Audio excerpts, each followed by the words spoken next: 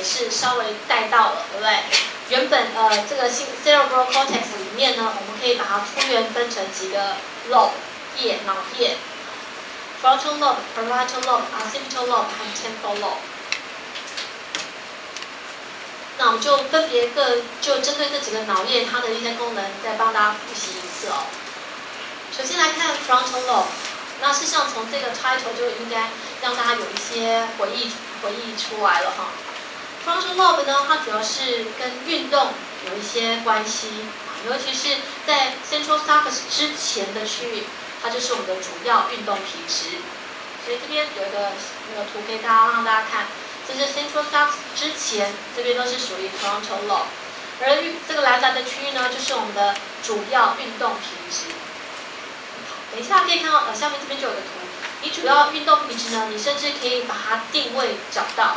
当你如果手指头在动的时候，可能就是相对应这个大脑比较上面的区域在负责；嘴巴在动，相对是比较接近下面一点的区域。这是主要运动皮质。再往前一点，是我们称它是 premotor area。相对，如果我们把 Brodmann area 大概编号1、2、3、4一起放进来的话，主要运动皮质大概是 Brodmann area 4。来看一下前面的这个 Brodmann area， 可以吗？所以可以看到，在 central sulcus 之前，4号这个区域就是我们的主要皮质。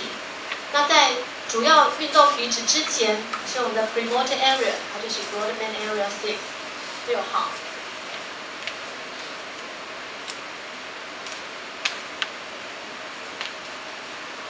那除了这两个跟运动比较有关呢，其他的更前面一点的区域，我们给它另外一个名称 prefrontal cortex。那这个区域呢，事实上有好多的认知能力。甚至我们有一些不知道的一些运作，可能都存在，可能都是由 prefrontal cortex 它来协助运作的。那所以简单的说，我们说很多高层次的一些运作可能都是 prefrontal cortex 的一个贡献，或是它的一个处理。例如说，你今天要去做推理、解决问题，或是要去计划、判断，这些够抽象吧？够高层次吧？很多一些影像的技术研究，或是脑伤病人的研究，都发现说，跟这个 prefrontal cortex 是有相当大的一个关联性。不过在早期的时候，大家对 prefrontal cortex 的一个了解很不清楚。最主要是从脑伤病人的一个资料来看，如果你是前面额叶，尤其是 prefrontal cortex 受伤的病人，好像他也活得很好，不会影响到他整个生命。说话也还可以，记忆也还没有太大的问题，所以在早期大家一直忽略它的一个重要性，只是发现这个人怪怪的而已。所谓怪怪的，可能个性上就变得很奇怪。那我记得在普心的课，应该跟大家讲过，有一些额叶受伤的病人，他可能不能判断轻重缓急。他可能什么事情比较重要，他不能先处理；什么事情比较不重要，可能可以延宕一段时间没关系。所以我曾经有讲过一个故事，不是有个病人他额叶受伤了，就他老婆不小心手部有大量出血，然后就要带他老婆去医院。但是去医院途中，他突然看到大卖场有在那个 big sale 大特价。如果这个时候一般人都会看到 big sale， 还继续走，即便继续开车，即便你真的很想去买，但是你还是要忍住。结果呢，这个脑伤病人呢就开进去，先去这个好好的 shopping 一番，想说 shopping 完我们再去医院也不迟嘛，反正顺路。那这个时候，如果当他太太，他如果当下没有能力去制止他，大概也没办法，以后也没办法制止他了。好，所以你就可以知道说，这类脑伤病人呢，他也许说话或是执行功能，或是你说开车都很好，但是他去判断轻重缓急是有困难的，或是 planning 对一个事情你要怎么样，什么可以先做，什么不能先做，这种能力是有一些问题的。就是 frontal lobe 受伤的病人。好，那另外呢，我们再来看，也是从 title 上面 somatosensory areas。跟体感觉有关的一个区域，刚好就是落在我们刚才说的 central sulcus 之后。所以大家可以这么记，在中央沟之前呢，是跟运动比较有关的，所以一下子就碰到主要运动皮质，再往前就是 premotor area， 而位于中央沟之后呢，是跟感觉有关的，所以前运动后感觉。那后面跟感觉的运动皮质呢，我们说主要是 Brodmann area 1、2、3这3个位置。那刚好那个位置的脑叶就是 parietal lobe。所以在这条 central sulcus 之后，这个 parietal lobe， 尤其是 Brodmann area 1、2、3的地方，它主要是跟体感觉有关。那一样，我们可以把它做一个定位，跟动作皮质一样做个定位。怎么定位呢？我可以定位说，我今天用那个针啊刺你的手的时候，我看到大脑哪个地方在激发，看你大脑哪个地方是负责这边的一个感觉。好，所以手的部分可能是比较上面。那如果我今天刺你的嘴巴的时候，可能你神经激发的位置就会下面一点。那你可以看到这个侏儒在这边，对不对？它配置的大小跟我们实际上的人是不一样的。等一下，我们可以跟运动皮质的一个侏儒合并在一起看。好，所以透过一些方式，我们去了解，在中央沟之前跟运动有关，在中央沟之后是跟感觉有关。好，那还有相对应的一些功能。那除了跟运动或是跟感觉有关之外，它们也有一些高层次的一个运作。在 frontal lobe、prefrontal lobe， 我们说它跟plan 或是 judgment 执行功能可能会有关系。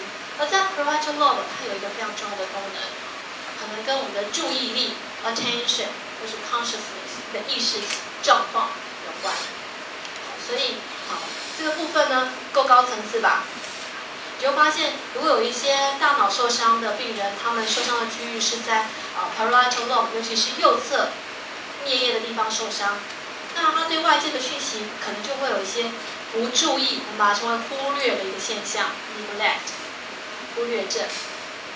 明明东西就摆在他面前，但是他就只会看到某半边。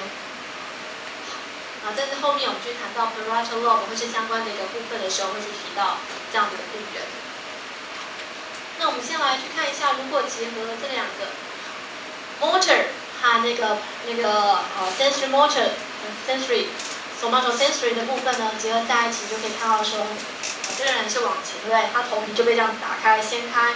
蓝色的部分是跟动作有关的大脑皮质区域，绿色的部分位于 central sulcus 之后，属于 parietal lobe， 是跟感觉有关的运动皮质区域。好，所以可以看到相对应的位置好像都差不多，对吧？那你要想，我们的大脑绝对不会这样子很神经的，把这个嘴巴这样子动作跟感觉分得很远。你今天最好的一个方式就是相关的区域接受到感觉之后，就可以把讯息传递到运动，使它做一些执行动作。所以配置上差不太多，但是还是有一些不同的地方。所以请你也不要再问我说，为什么有2张不一样的图？因为一个表现的是 somatosensory 的一个相关位置，一个表示 motor 相关的一个位置，可以吗？那你可以看到说它们的一个比例，我们刚才说这个侏儒的比例跟我们人的大小不太一样。你的嘴巴会有这么大吗？如果长这样的话，你会想去整形吧？好，你的手指头也不可能这么的大吧？好，所以它的大小不是模拟我们实际上人长的样子，不是说这个人就长这个样子哦，是反映说这边的神经细胞有这么多来去负责嘴唇的一个感觉。好，所以你应该嘴唇会非常的敏感，嘴唇上面有个东西可能会觉得不舒服，或是眼睛周边的一个讯息会特别的有感觉，或是你的手指头，相对你的手肘上面的一个感觉就比较没有那么的敏感。好，所以这边是看到你神经细胞分布的多寡，来反映出你对这个讯息区变在不同的地方讯息区变的一个敏感程度。那所以我们刚才简单的介绍 frontal lobe， 还有 parietal lobe。那接下来我们把我们的视野往下面一点点，也不能说下面一点，稍微偏后面一点点这个地方，枕叶 occipital lobe。那这个区域呢，一样被研究的相对而言比起 frontal lobe 来的多很多。最主要是它有些功能或是有些特性是比较容易研究、比较清楚的。它主要是跟视觉有关。那 occipital lobe 呢，如果我们去把它做一个我们说单细胞侦测 （single cell recording），在猴子身上很多时候就是透过这样的一个技术去了解什么细胞它负责什么样的一个特性。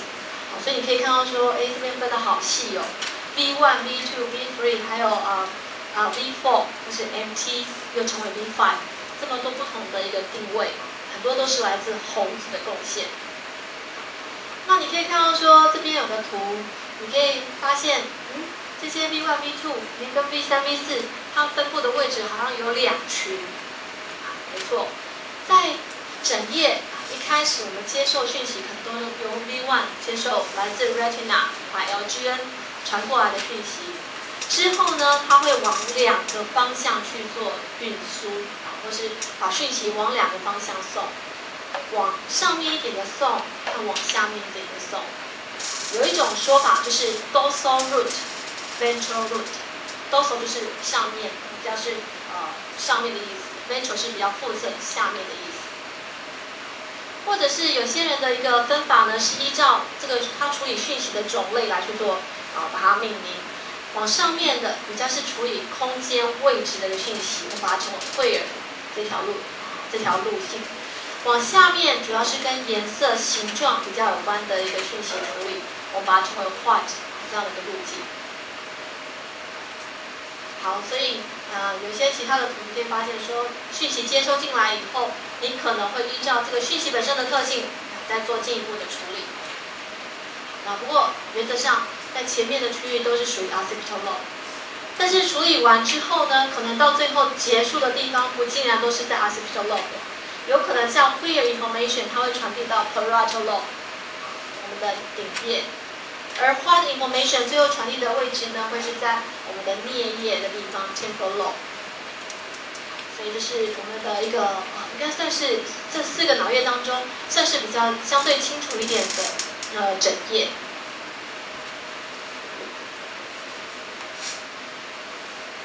那建议大家这边这个时候就稍微记住一下 queer information、white information， 因为我们之后一定会遇到。那最后一个脑叶就是我们的颞叶，这个脑叶呢，事实上，应该说在神经心理学史上，或者心理学的一些相关研究当中，也是被大家努力做了解的一个重要的脑叶。最主要是大家发现说，有一些相关区域，比如说你看到这边有一个蓝蓝的区域，有没有？它跟一些我们重要的功能，例如记忆是很有关系的。或是一个我们的理解、听觉理解是有关的。那我们先不要谈到那边，我们先谈一个比较比较初级的感觉层次，例如说听觉。听觉的主要皮质就位于这个 temporal lobe 上面，所以这上面这一条 superior temporal gyrus 就是我们的那个听觉主要皮质。所以你听神经接收到讯息之后呢，首先会传递到的大脑皮质区域。大脑通过 MGN 之后再传到这个 superior temporal sulcus gyrus。那这个位置又有另外的名称叫 Hessel gyrus。相对它的对应的 Brodmann area 4、1、4、2。如果你这样子一而再再而三看过这些讯息，你应该有一些概念了吧？你不是努力去把它背起来，但是我们经过一而再再而三努力的重复看过好几次。你应该现在在看它的时候就印象很深刻。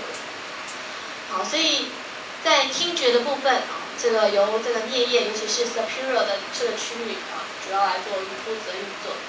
那除此之外，跟语言相关的这个运作呢，也会有很多部分是由 temporal lobe 来去参与。还有跟记忆有关的一个运作，我们发现 temporal lobe 也会非常非常的重要。那如果今天大脑受伤的时候，尤其是受伤不是只有在 cerebral cortex 在皮质而已，还有更深入进去。所以如果大家想象一下，从颞叶再更进去一点，事实上就碰到海马回 hippocampus。那也就是为什么我们每次看到一些病人他讲海马回，但是他受伤的时候，大部分也会迫害到我们的 temporal lobe。好，所以我们刚才介绍这个4个 lobe， 它基本上都是很粗浅它的一个功能特性。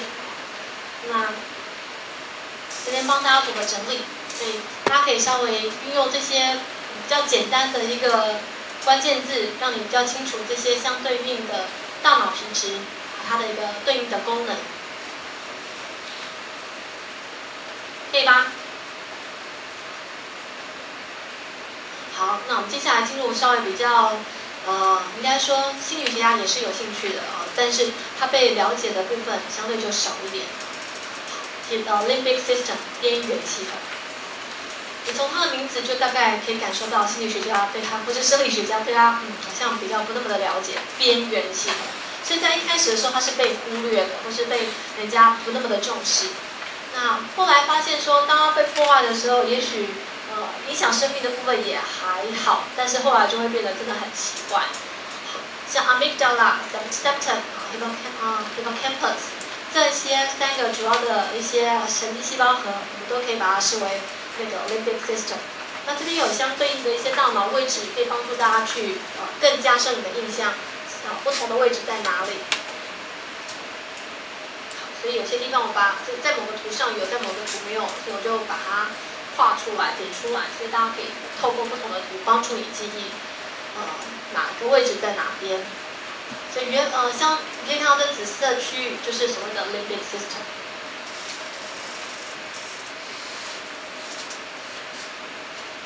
那我们对 limbic system 呢，我们就抓那个重要的这2个位置 amygdala 杏仁核和 hippocampus 来去对它的功能做简单的了解。那不过大家刚刚看到这个区域，对不对？它的这个神经传导的一个路径啊，这里面还有很多的神经传导物质也会参与。不过恭喜大家，我们不需要太讲究这些东西，除非你对这个领域是有兴趣的，那我觉得真的鼓励大家可以去了解一下。好，那首先 amygdala 杏仁核，所以只要跟情绪有关，你一定必须要知道 amygdala 这个位置。最主要是它跟我们的情绪反应有关尤其是你在生气的时候，你的 amygdala 就会被激发的很活跃，或是你在难过的时候特别的活跃。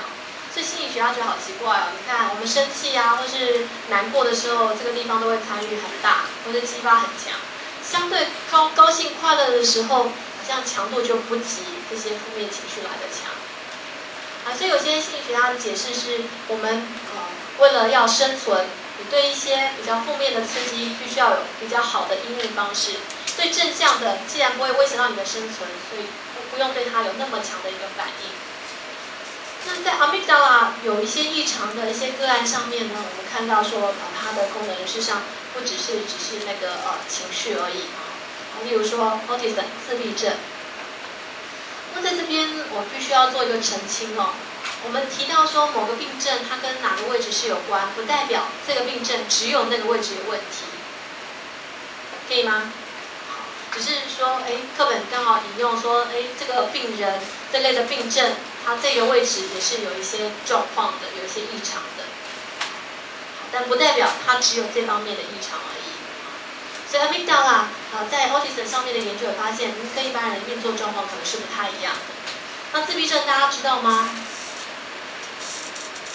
好，大部分大家会觉得说他好像是社会能力跟人家互动的能力是有问题的。今天人家已经摆脸色不想要理他了，他也还是没有感觉怎么样。所以他不太能够去侦测到外界或是别人的情绪，来去做调整他自己的一个行为。所以很多人就会因为他这样的一个行为特性，特别着重去研究自闭症的边缘系统。那除了 amygdala 之外呢，还有另外一个位置也是我们把它称为边缘系统，就是 hippocampus 海马回。那海马回这个名称大家应该是很有印象吧？主要是它长的样子就像一个海马一样，虽然我一直不知道它哪里像海马，对，但是我们要相信早期的生理心理学家，因为他们先做了，他们说它是海马，我们就只能说对，它是。除非以后你更有名，你说它不是海马，它就是一团那个揪在一起的东西。好，那如果你够有名，就可以改名字。那 hippocampus 呢，我们刚才提到，最主要是有一些病人他颞叶受伤的时候，刚好伤到的位置不只是外侧的颞叶，也伤到海马回。那之后发现他的记忆发生很大的一个损伤。那或者是从一些代谢的一些病人 ，Korsakoff syndrome， 在这个病人呢，他就是一直酗酒到最后呢，他的一些大脑皮质，尤其是那个 hippocampus 海马回的地方啊，他的神经萎缩的非常的严重。所以一开始还没有看出特别的征兆的时候，你可以发现他的记忆受到蛮大的一个损伤。等他们过去之后，你去解剖他们的一个脑部的一个状况，你会发现很多地方都萎缩掉了。所以就是透过一些讯息来让我们了解 hippocampus 它的一个重要功能。